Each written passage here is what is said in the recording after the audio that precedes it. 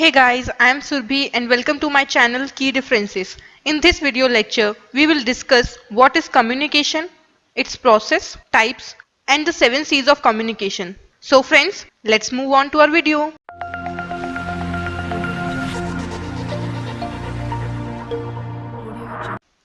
Communication. Communication is a common phenomenon. As we all are social animals, we cannot live without communicating. Indeed, the very attempt not to communicate communicates something. Communication implies a two-way process of transferring information, ideas, feelings, or opinions through a channel between two or more persons, either verbally, that is through speech or writing, or non-verbally, by way of signals, behavior, gesture, posture, etc.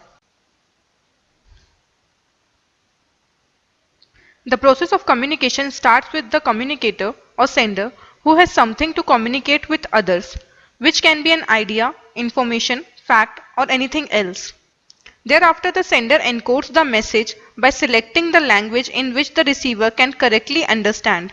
The medium of expression can be speaking, writing, eye contact, facial expression, gesture, posture, etc.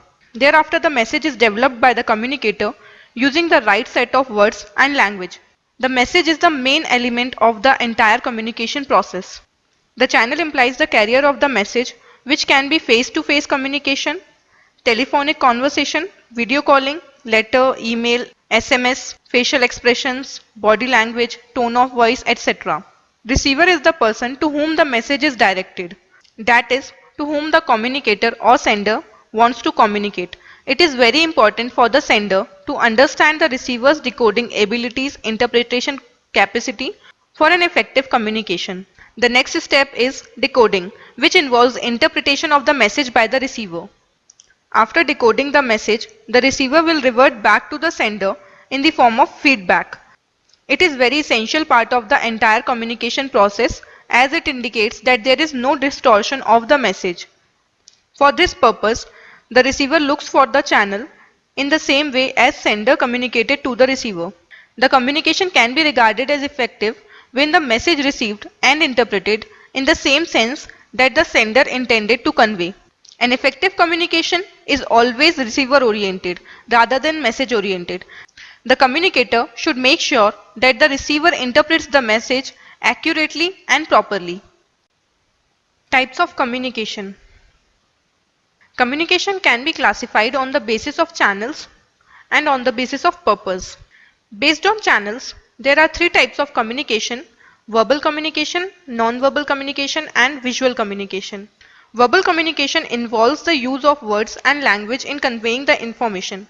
It can be oral communication and written communication. Oral communication can be in the form of face-to-face communication, voice chat, video conferencing, telephonic conversation, etc. Whereas written communication can be in the form of letters, SMS, emails, reports, etc. Non-verbal communication is the communication without the use of words. That is, communication through body language, eye contact, facial expressions, hand movement, appearance, tone of voice, etc. Visual communication. Visual communication is the one that takes place through visual aids, that is, signs, typography, drawings, graphics, colors, etc. Based on purpose, the communication can be classified as formal communication and informal communication. Formal communication is the one that follows a predefined flow in communicating the message. It can be vertical communication, horizontal communication, or diagonal communication. Lastly, informal communication. Informal communication is the casual communication which does not follow predefined flow in conveying the message. Next, we will discuss the 7 C's of communication. Clarity. Clarity of message is the first and foremost requirement of the effective communication. Hence, the language used must be simple and straightforward.